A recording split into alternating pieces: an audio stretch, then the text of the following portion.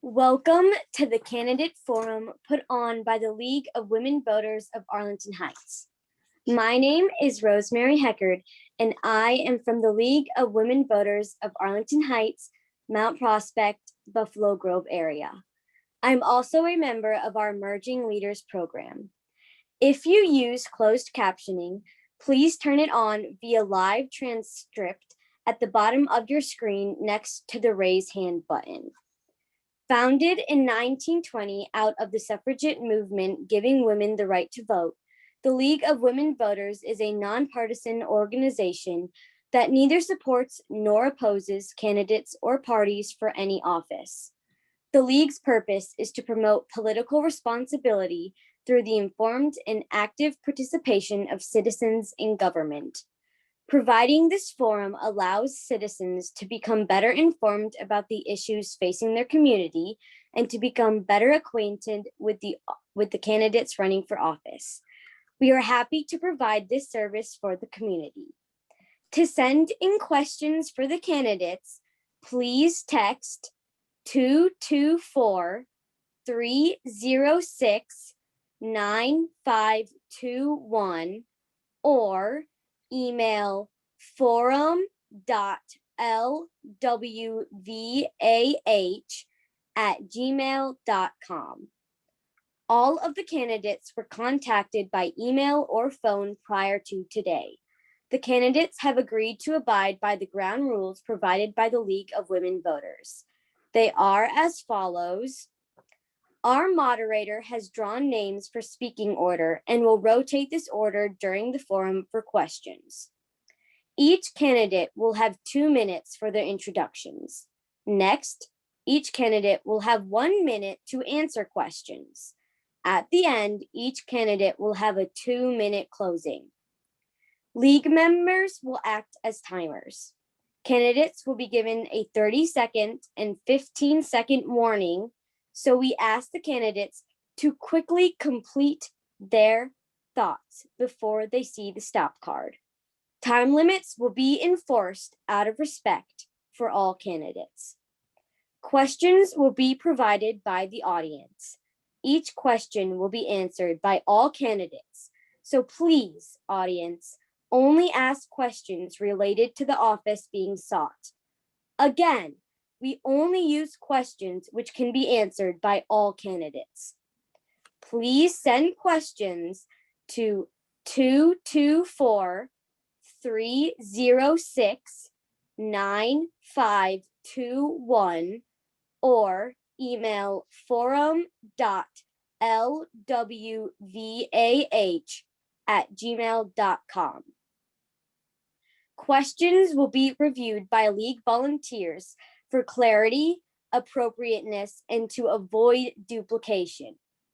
Candidates have been asked not to interrupt one another. The moderator will repeat a question if asked.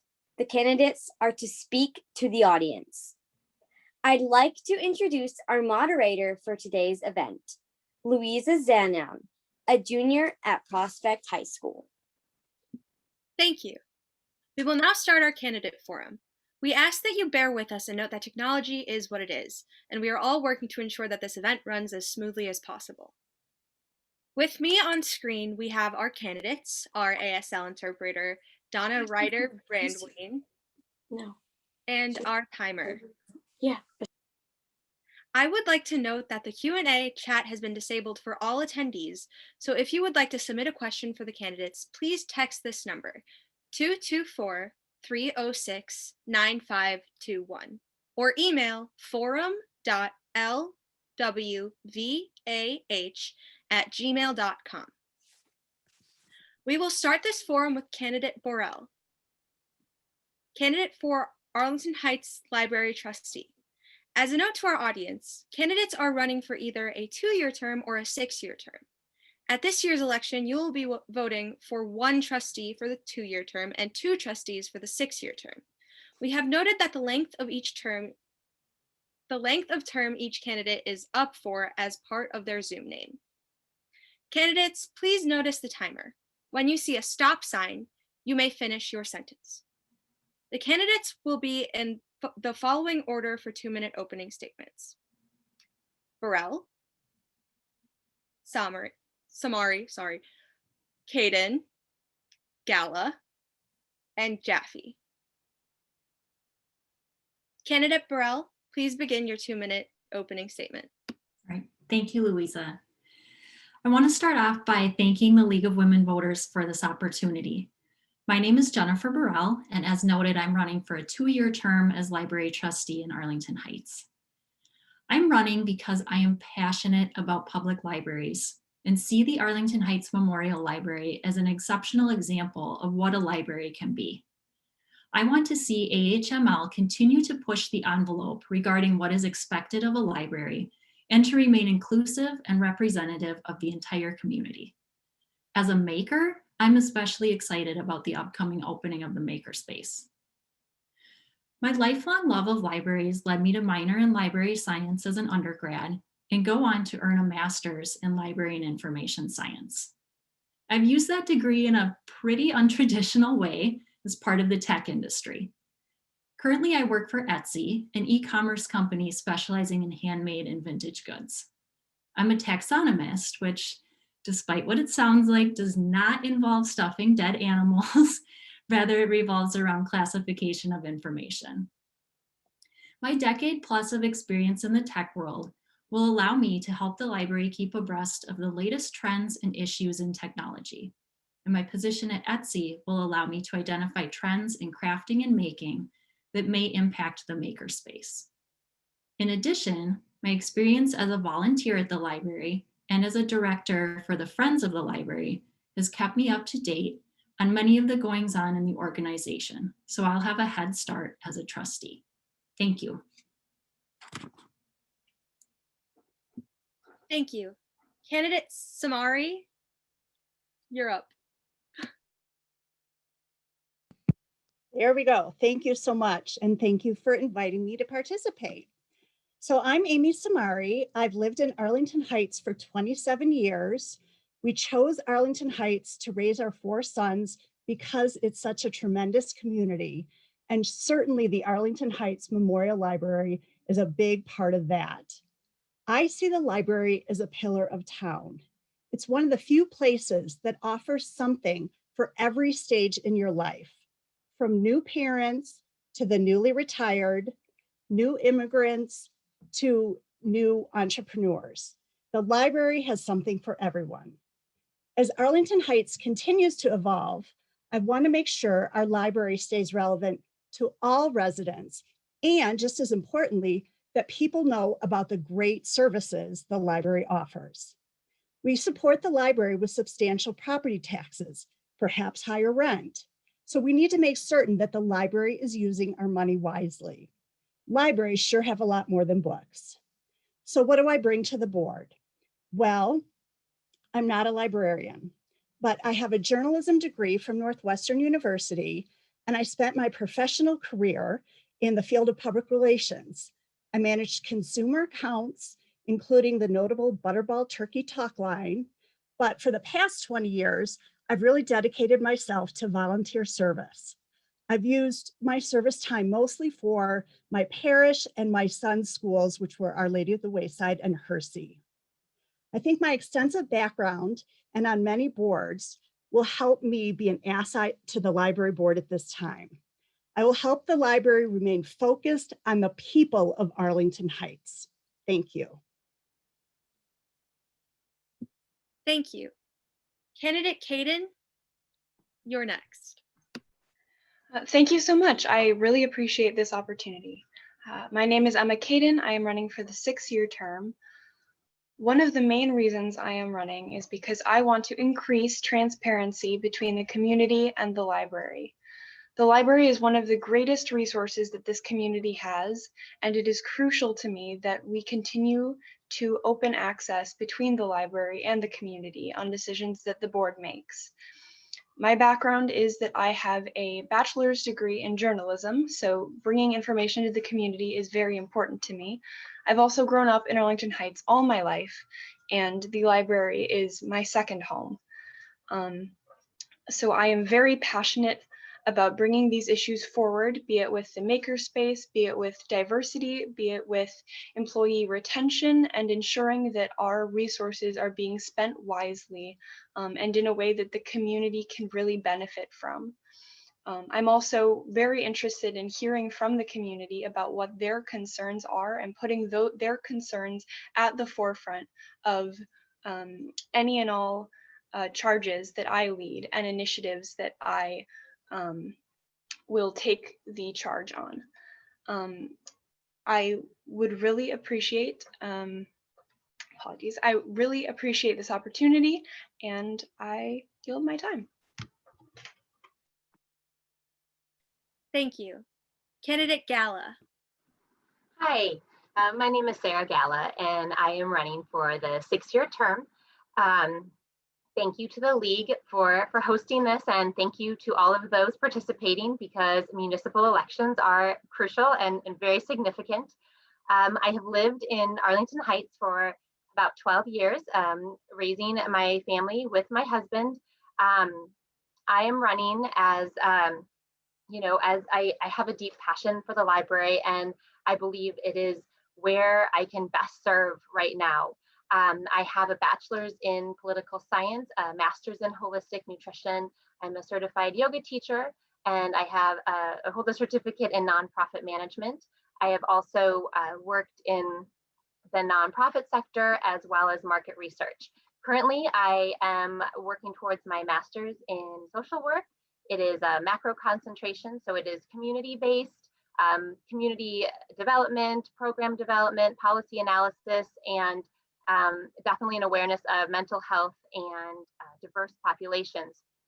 I have really invested here in Arlington Heights as far as service, leadership, and community. I believe it's incredibly important to be a part of this community, and I have served as a Girl Scout leader, as a PTA president through our own church, as well as other interfaith-based events, as well as other organizations. Currently, I serve on the Village of Arlington Heights Arts Commission, and I work towards getting events and art awareness out into the community. So service is very important to me, and I do recognize the significant position that this library holds. As many people have mentioned, it is a gold standard, a 5-star library, and I am aware how important the role of a board member plays in determining the direction of the library in this community.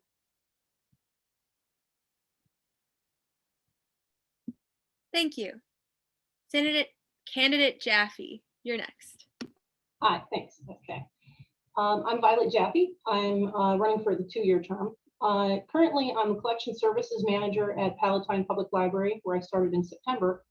Before that, I worked at Arlington Heights Library for the last 12 years. I served in several different roles at AHML over the years. I was in Reader's Advisory, I was in Reference, Digital Services, and I was the Kids World Selector for 7 years. Most recently, I was Collection Supervisor. During my time there, I was the project lead on the pilot studio project. I started the science kit collection and the STEM kit collections. I led book discussions. I created and taught tech classes and answered reference questions. As a customer, I've taken part in so many wonderful, exciting programs and discussions over the years. I've read countless staff book reviews, and I even had the honor of painting one of the pianos for the One Book, One Village, Every Note Played piano project. I've always loved libraries. When I was growing up in Colorado, I was at the library all the time. I worked at my college library, and while I was pursuing my Master of Library and Information Science degree, I worked at the Burnham and Ryerson libraries at the Art Institute as an intern. My various library experiences afford me a little broader perspective than most people about the mission of a public library. And as a member of the American Library Association and Public Library Associations, I keep up on the trends and developments in the industry as a whole. I can't express what a great pleasure and privilege it was to be a part of the AHML staff. Arlington Heights has long been a leader in public libraries, but it doesn't mean we can't do more. I'd love to see a renewed enthusiasm and cohesion among the staff. I'd like to see some measurable steps taken to build and retain a more diverse staff and make sure the new makerspace is a place for people of all ages and social positions.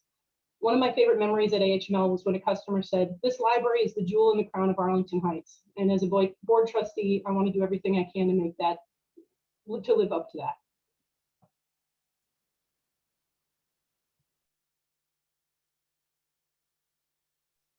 Thank you. I want to remind everyone to send questions to 224-306-9521 or email forum.lwvah@gmail.com. Candidate Samari, you have the first answering to the question, and I will read it to you. The first question is, how will you work specifically to create a library that provides equitable access to programs and services in a way that focuses on helping people reach their aspiration? What services, aside from access to books, will you prioritize? Thank you. So as a person who supports Vider House of Hospitality, PADS, various organizations in town, diversity, equality, and inclusion are really important to me. And I know that the library has really been a leader in this area, and the Village of Arlington Heights is making it a priority as well. So first, perhaps we need to do a review of our collection. Do we have a diverse thought and diverse authors? What does our programming look like? Are we meeting all of our residents from young to old, different parts of town, different backgrounds, socioeconomic backgrounds, races, and religions? We need to make sure that we're building opportunities for these various communities to come together in an open space and share ideas and really build the cohesive community that we all strive for. Thank you, Candidate Samari. Candidate Cayden, you are next. Go ahead. Absolutely. So this is something that I am very passionate about. I believe that the library is a fantastic resource for everyone, be it from books to programming to resources.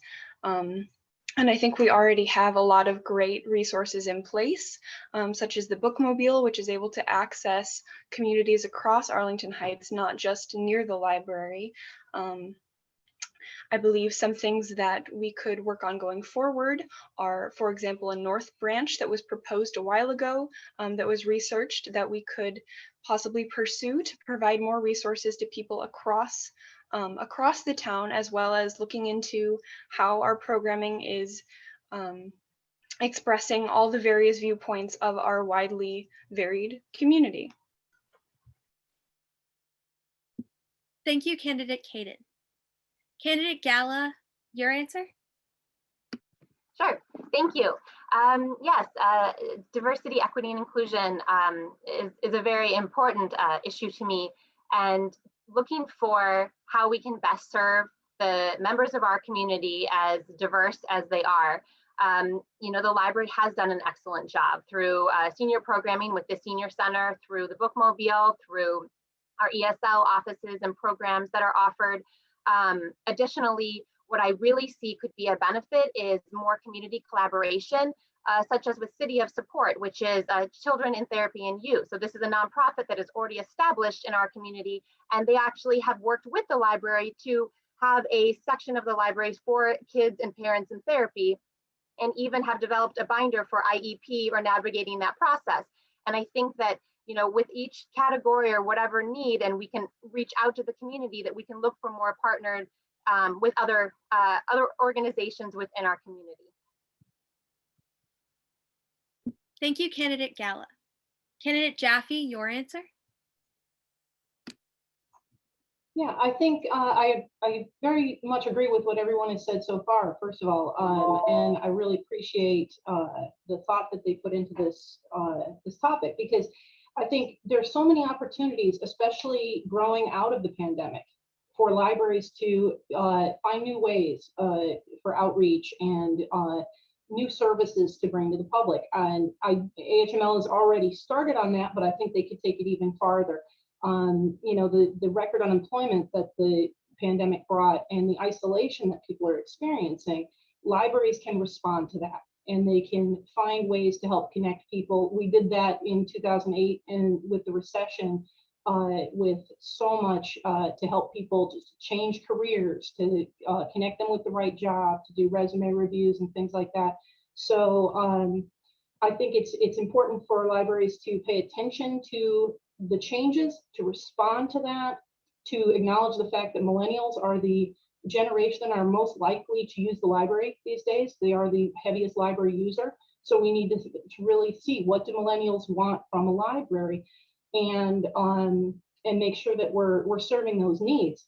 But millennials are also more likely to prefer print books. So as much as I appreciate the question, we can't just assume we're moving away from books. There's it's an inner working mesh. You have the materials, you have the services, you have the programs, and they all work to support each other.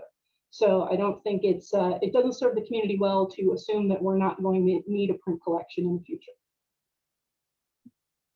Thank you, Candidate Jaffe. I just want to make you aware that you went a little bit over time. Candidate Burrell, your answer? Sure. So I think it really starts with the community. You have to look at what the community is asking for. As Amy mentioned, the community is the one paying the taxes, that run the library and buy the books and run the programs. So if the community is asking for something, that's something you want to take very seriously. I think one thing that I want to point out is I think continued training for staff on DEI is also very important. I think the library is really at the forefront of DEI. I think they're doing a great job with that. So want to make sure that we don't stop there. And I think there are also some things that the library is already planning to do as far as economic equality. So for example, with the makerspace, materials will be sold at cost, and there's not going to be a profit made from those. Thank you, Candidate Burrell. Your next question will start with Candidate Cayden, and your next question is, using a list of recommended reading for children, I discovered that many of the titles had been de-accessed in the library. A lot of older titles still have value to children. What is your opinion on this practice? Candidate Cayden, whenever you're ready.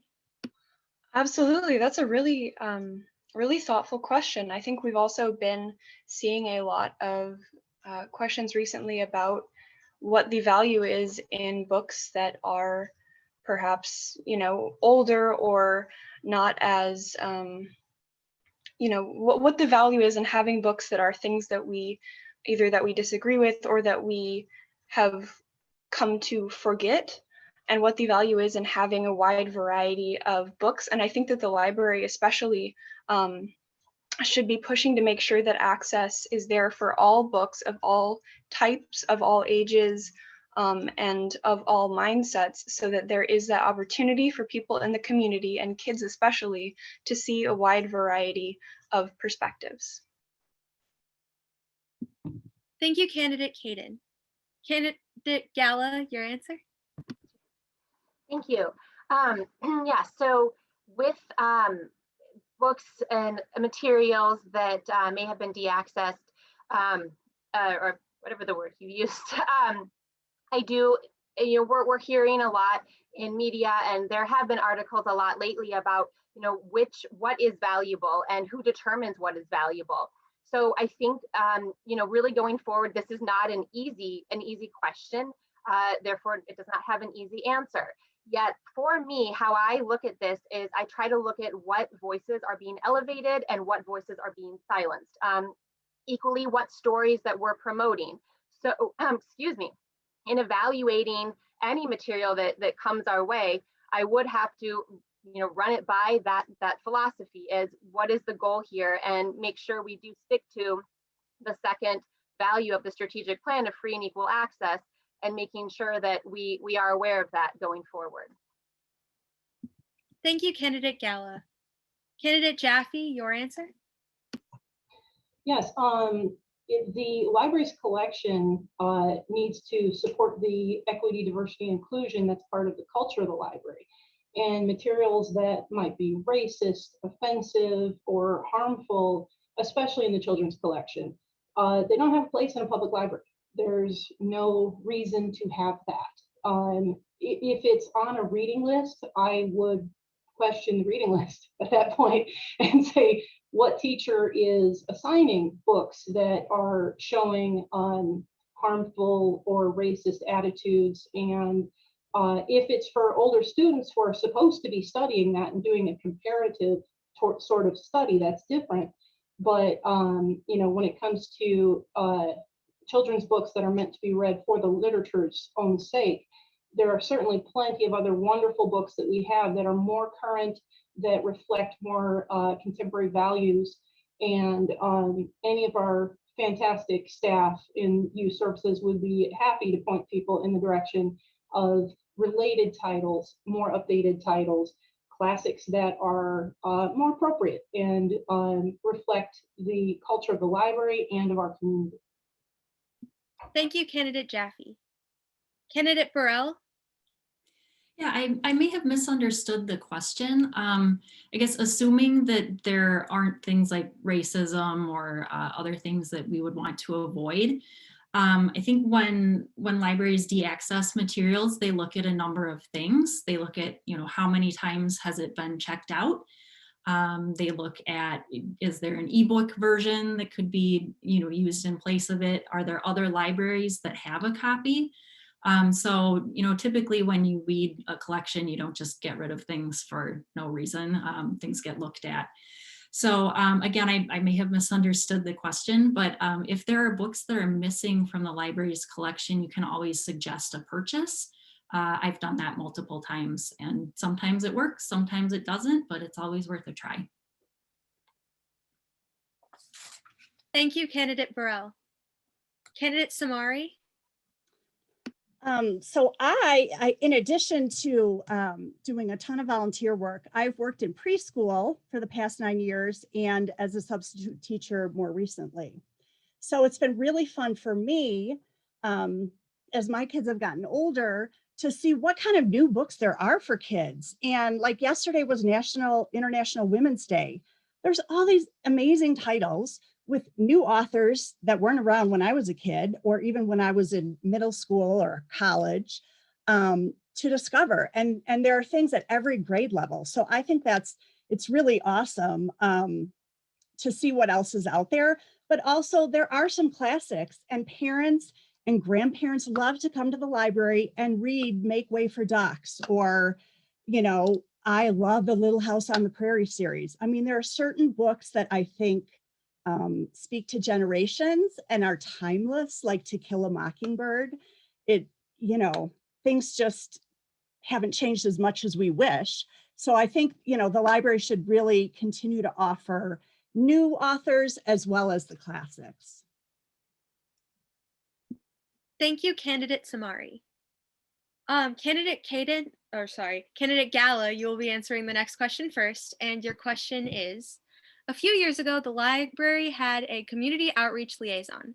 Exactly a year ago, the library was in the process of hiring someone for that position, but everything was shut down right before that happened. Will you make sure this position is filled, and how will you support efforts to reach underserved communities? This is, and excellent position. We've talked a little bit about how to reach underserved communities, and part of that is having staff reach out.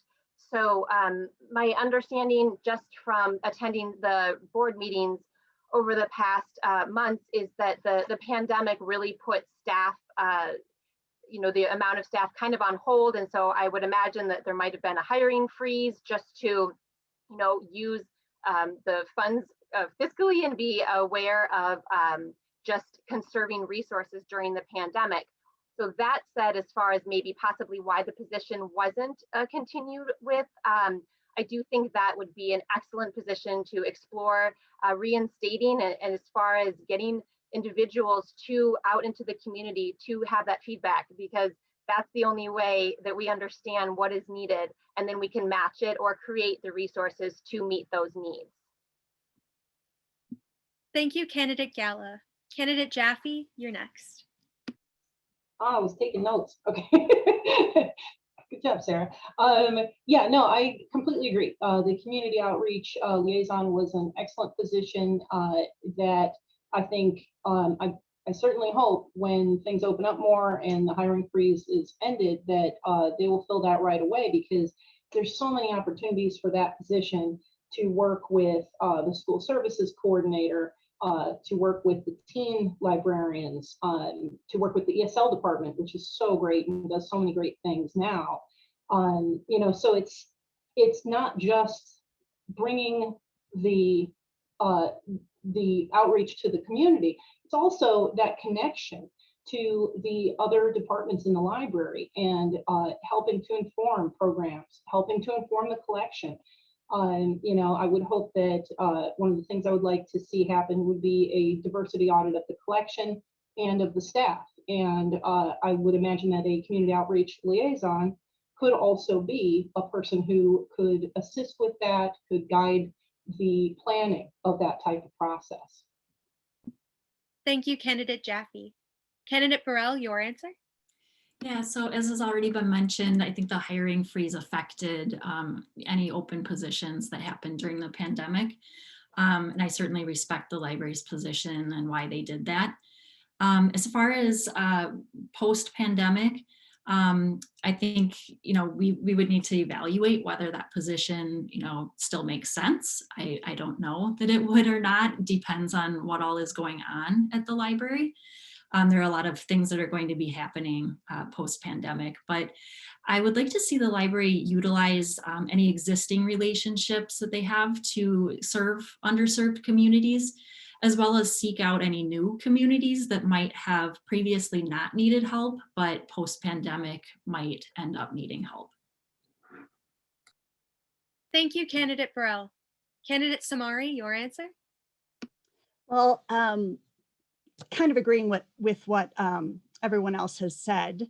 It sounds like the hiring freeze really impacted that. But yes, the library should continually be outreaching toward the different communities in town. I love to see that the bookmobile increased the number of stops during the pandemic. And I love that besides parks and schools, the bookmobile reaches out into different apartment buildings and condos and different areas in town. I think we can collaborate with some departments in the village to meet with different communities. I think there's a lot of working together that we can do with the park district, the schools, Harper perhaps. I think that the makerspace will offer amazing opportunities to both get people in, but then show people what's available. And hopefully we'll have maybe a festival or two in town this summer. And I think the library can definitely be a part of that. Thank you, Candidate Samari. Candidate Cayden, your answer? Absolutely. And I was definitely aware of this situation before. I was acquainted with the employee who had served the role of community engagement liaison and was informed of when she was leaving, which was actually a while before the pandemic, and which concerns me a bit that it took so long even before the hiring freeze to address that. But I definitely think that it should be a priority going forward after the pandemic. I think we should work as well to increase access when it comes to, for example, schools outside of District 25, which is mostly what the library has been working with, such as with installations and displays, and as well as using the bookmobile and other resources to get out into the community, into places that might not be able to use the library effectively right now. Thank you, candidate Cayden. Candidate Jaffe, you will start on the next question, and your question is, how do you justify the ever-increasing property tax assessment by the library? How do you ensure value for money? What would you tell those who aren't interested in the services the library offers yet still have to pay for it? Wow, you gave me a really hard question that I don't get time to think about. I do think that demonstrating to people who don't use the library for the more traditional services of books, checking out movies, things like that, demonstrating to them other ways they can engage with the library is really important. We've always been pretty good at promoting the library, but I think there could be definitely more done that way. But the other part is to show the value in the community. When you have people who feel more connected, when you have kids who are better readers, who learn more, who have the resources available to them, you build a stronger community. It's a happier, safer, better place to live. So yeah, we pay a lot for the library, but what the whole community gets back is invaluable. I might not need the fire department every day, but I'm happy they're there for my neighbor. I mean, it's like sometimes building a strong community isn't about what I get out of it. It's about what we all get out of it together. Thank you, candidate Jaffe. Candidate Burrell, your answer? Yeah, first of all, I just want to point out that the library has been incredibly fiscally responsible over the years. As far as I'm aware, there have only been 2 or 3 tax increases for the library over the last decade or so. So I'm not sure, again, I might be misunderstanding the question, but as far as what I would say to someone who pays for the services but doesn't use the library, quite frankly, that's on you. The library has so much to offer. Someone I spoke to over the weekend mentioned they haven't been to the library in 10 years, and they really think the library needs to change their focus away from books. And I said, well, you got to get over there. You can't make that assumption without going there and trying it. Quite frankly, at this point, you don't even need to leave your house. You can get an ebook, you can join a forum like this on Zoom. So really the library is trying everything. You can't satisfy every single person, but they definitely try. Thank you, candidate Burrell. Candidate Samari? Yeah, I agree with what Jennifer said. I actually thought that the library has not had a tax increase in the past 14 years. So not a lot. Do we pay a lot for our houses, for our condos or apartments in Arlington Heights? We do pay for our community. We have great access to downtown. We have fabulous parks and schools, a great little downtown with Arlington al fresco, and the library is a big part of that. And in terms of, when I get that tax bill, I'm like, how can I use the library more? There's a library of things where you can get out digital equipment, instruments. My son who loses his, calculator for the AP test. There are so many things that you can get at the library. We just bought more outdoor projectors because people are showing movies, to their neighbors during the pandemic outside. There's a lot at the library that people can take advantage of between the book talks when we work with other libraries and, of course, all the magazines and books available online. Thank you, candidate Samari. Candidate Cayden? Absolutely, and I think that's definitely a valid concern. We pay a lot of money to live in Arlington Heights and to use to support the resources that we have here.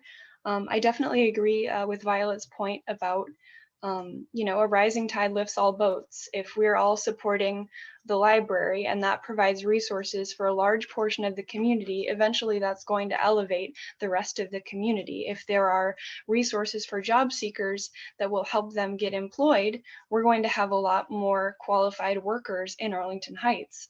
And equally, I believe that the resources that we provide, we can always do more to do outreach and explain what the library does. I believe that we shouldn't have people who don't know how the library has changed over the past decade. I think we can always be doing more to increase information about how the library has changed, what resources we have, and how we can help the community.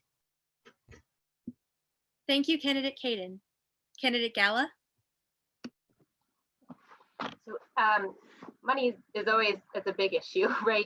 We want to get what we pay for.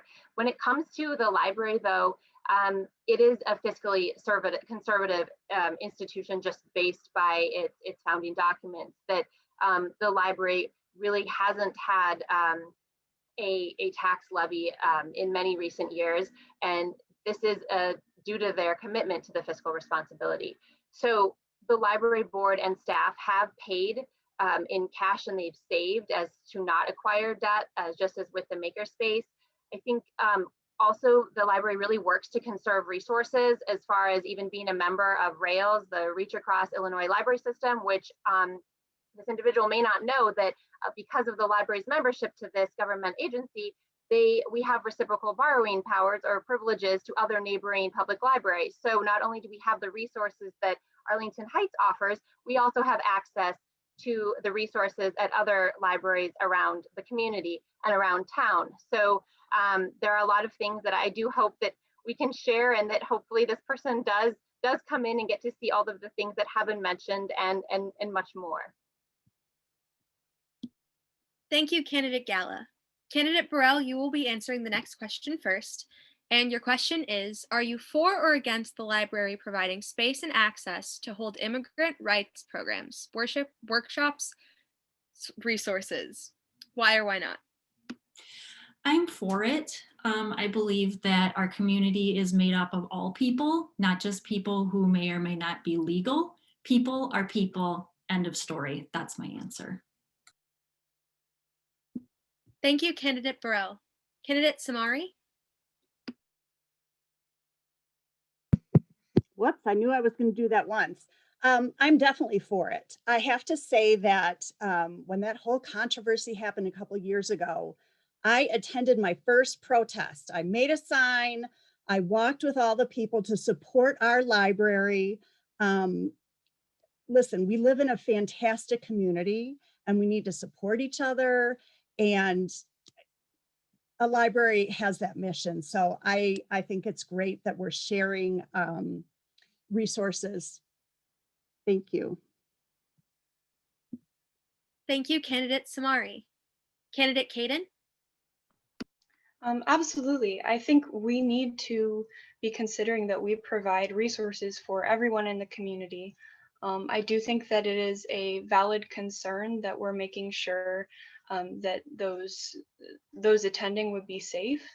And I think that was part of the concern with what happened a while back. I think also increasing our transparency when it comes to that.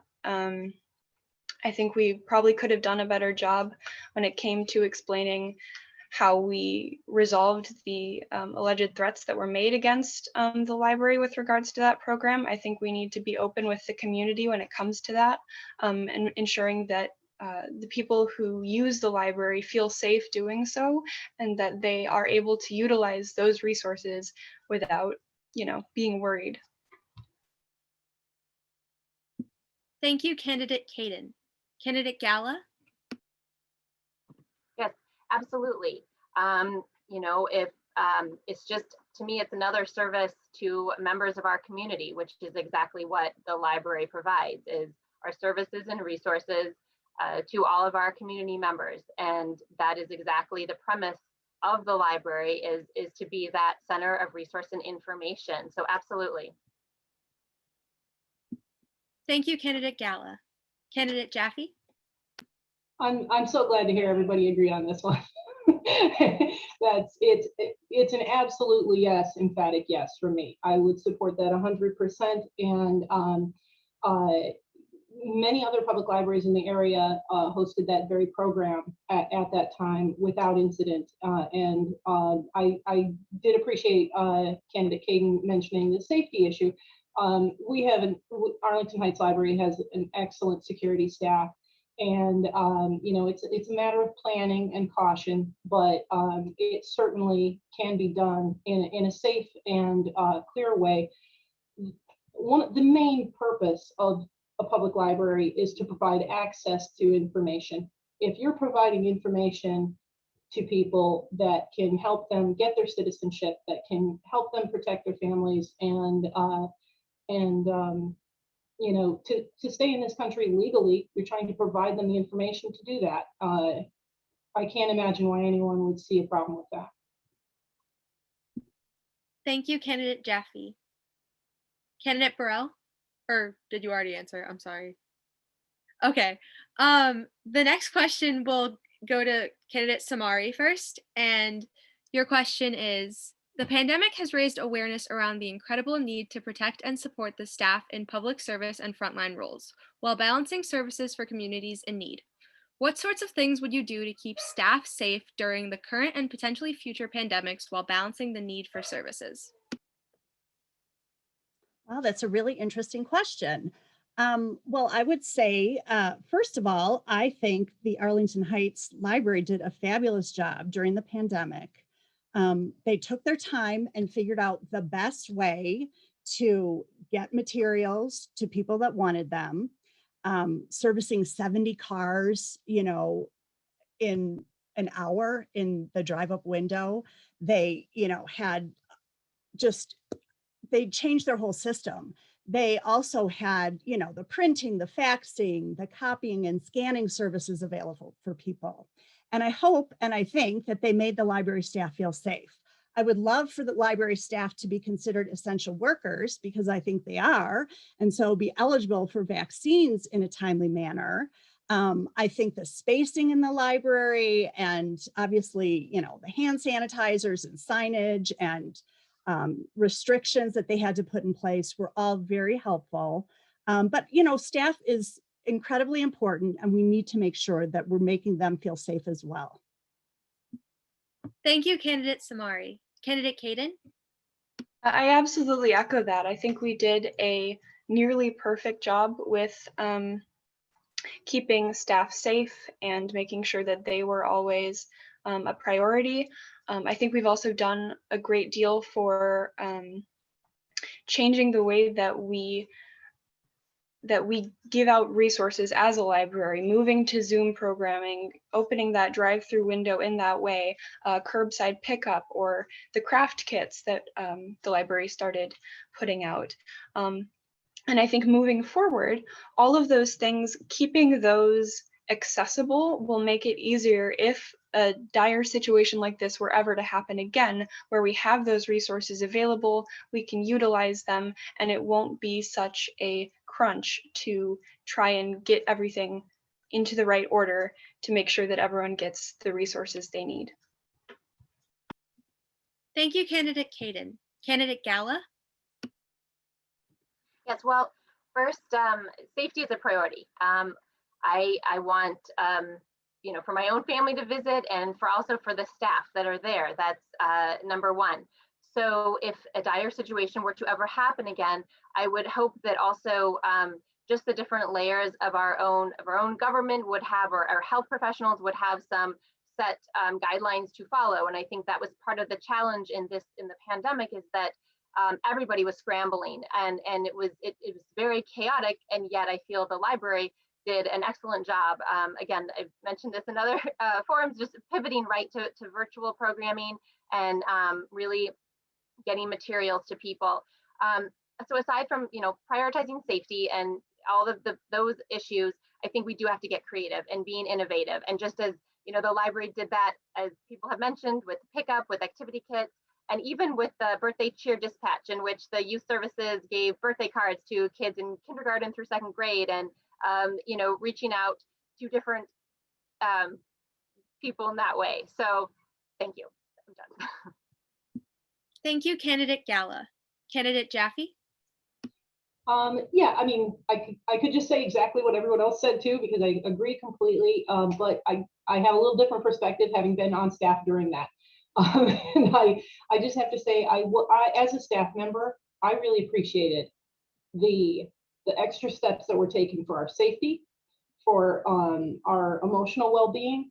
It was a lot of work. It was really hard, and we all worked really hard to see ways that we could move into a more virtual world, increase the limits on the ebooks, the audiobooks, the e-video, making sure people had more access, making sure that get communicated out to the community, developing virtual programs in lightning speed. The curbside was a little slow rolling out, but when it did, it was awesome. I mean, no library had it that way. It was so cool. It was like exciting to pull up in your little spot, scan your card and pop open your trunk and your stuff is in there.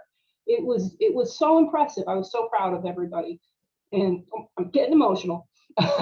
Considering a lot of libraries had to furlough people, I really appreciated that the board and the director cared enough about the staff and the library to understand that weathering that storm was more important, and that we could all still show our value in our work remotely. Thank you, candidate Jaffe. Candidate Burrell? Yeah, I think the first thing I wrote down was vaccines, exclamation point. I believe one of the library associations is working to get librarians or library staff considered as an essential worker, as Amy mentioned. So I would definitely support that. I would also just want to find out what would help staff feel comfortable and feel safe, and work to make sure that they have what they need in order to feel safe. And also continue to allow staff to work from home if that is able, or if their role allows for that and it makes sense. Fewer people around, when there's something like a pandemic going around, can make a big difference. So. Thank you, candidate Burrell. Candidate Samari? Or did you? Oh, I'm so sorry. We will now move on to closing remarks. You will have 2 minutes to do your closing remarks, and candidate Cayden, you will start. All right. Well, first, I'd like to thank everyone who attended. I would like to thank the League of Women Voters for hosting this. It was an honor to be here. I really would like to emphasize that I am here to fight for the community and also to increase transparency. That's something that I hold really near and dear to my heart. I believe that everyone should have access to the library's resources and to understand why the library is moving in the direction that it is, and to fully understand what they can get out of the library and why the library is important. That said, I would really appreciate your support in this election, and yeah, I believe I can really bring a fresh perspective to the board, as well as my vast experience with this community, having grown up here, and I would really like to place emphasis again on transparency, making the library accessible to the public all over Arlington Heights, not just near the library. And yeah, thank you for your time. Thank you, candidate Cayden. Candidate Gala? Can find the mute button. There you go. Okay. Yes, thank you. Thank you to the league and to everyone here. And first, I want to let everyone know that I am committed to leadership, service, and community here. I'm committed to fiscally conservative decisions and general oversight, ensuring effective and efficient governance. I am committed to service and commitment to free and equal access, while still recognizing the emerging needs and being and have opportunities to stay relevant in the future. And third, community. It's all about community for me. Is raising 3 children here, and that's one of the things that I feel somewhat sets me apart is that I believe I bring something to the board, a background of parent of 3 children in school that is not necessarily represented on the board right now. We are using the library and experiencing life in possibly a different way, and I believe I can bring that perspective. Additionally, with a background that I have, especially with social work in community programs and policy analysis, as well as mental health and knowledge on diverse populations, I think it is imperative as we're seeing things shift, and it's really important to have that awareness. And lastly, you know, over 70% of Arlington Heights are card holders, and I recognize that is a significant position here in Arlington Heights. People use this library. They come to Arlington Heights because of this library, and I take that very seriously, and I would be a representative to everyone, and I hope to, you know, kindly ask for your support and vote on or before April 6th. Thank you. Thank you, Candidate Gala. Candidate Jaffe? A well-run public library can be the heart of a community.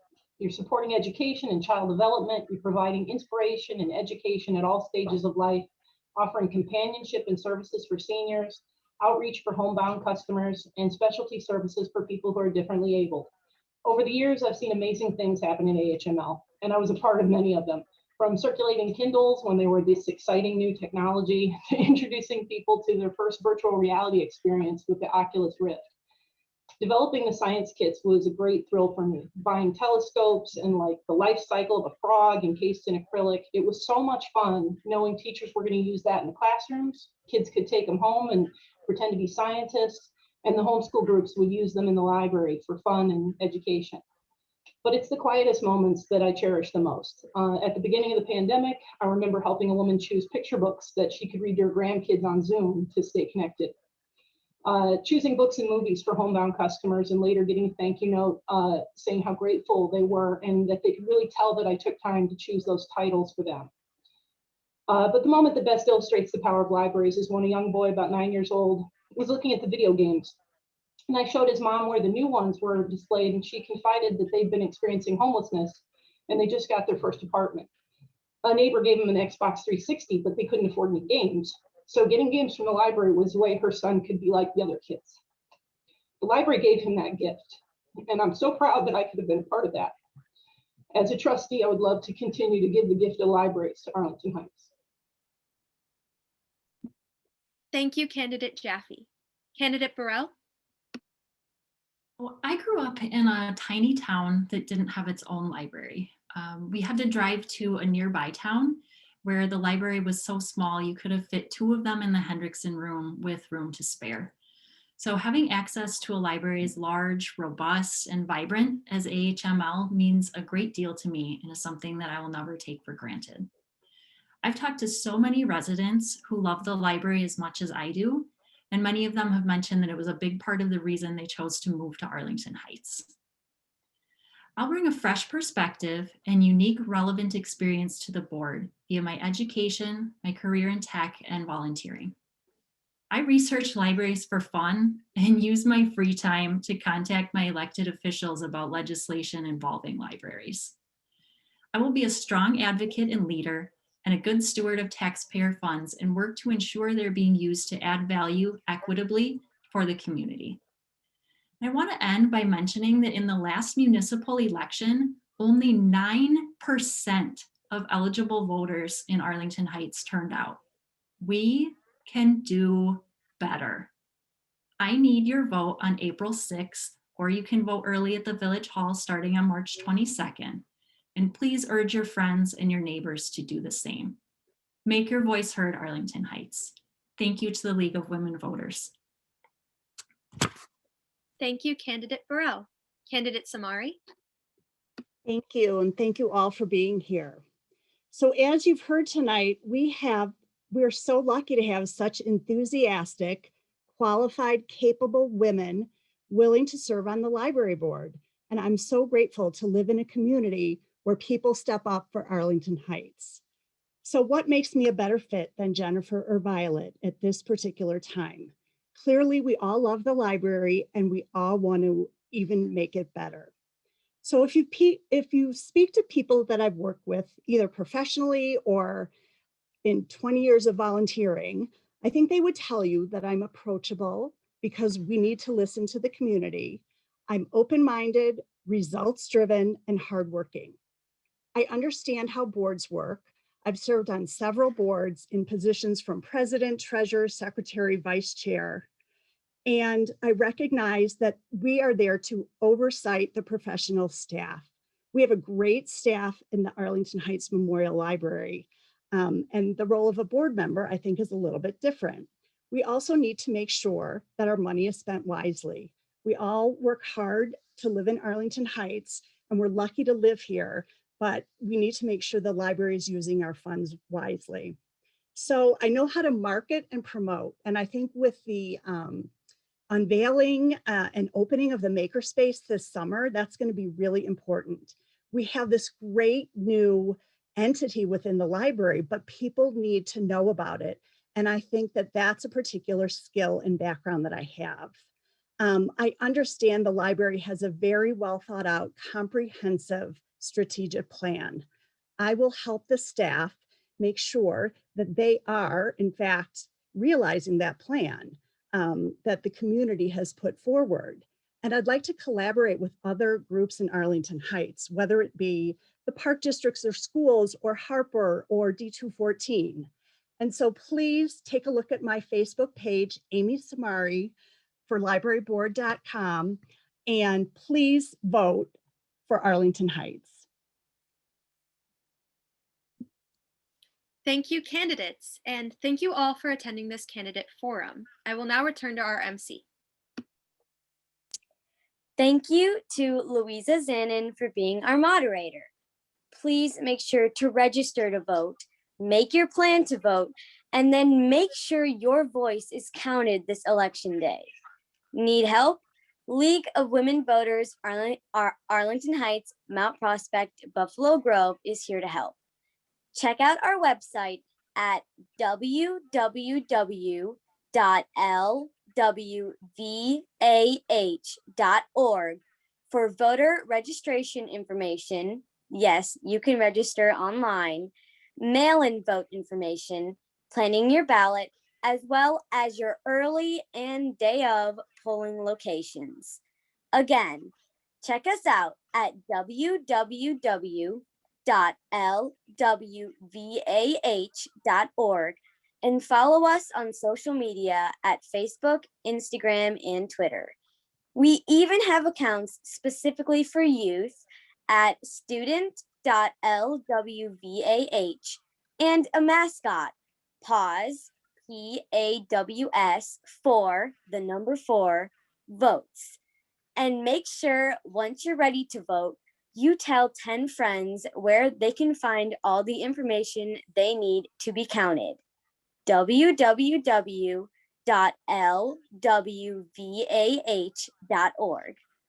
We are grateful to you all for joining us and to our candidates, Amy Samari, Jennifer Burrell, and Violet Jaffe, running for a 2-year term, and Emma Cayden, Carol Medal, and Sarah Gala running for a 4-year term. Our democracy relies on citizens willing to run for office. To our ASL interpreter, Donna Ryder Brandwin, and to all of the volunteers of our league who worked tirelessly to bring you this free program. Have a great night.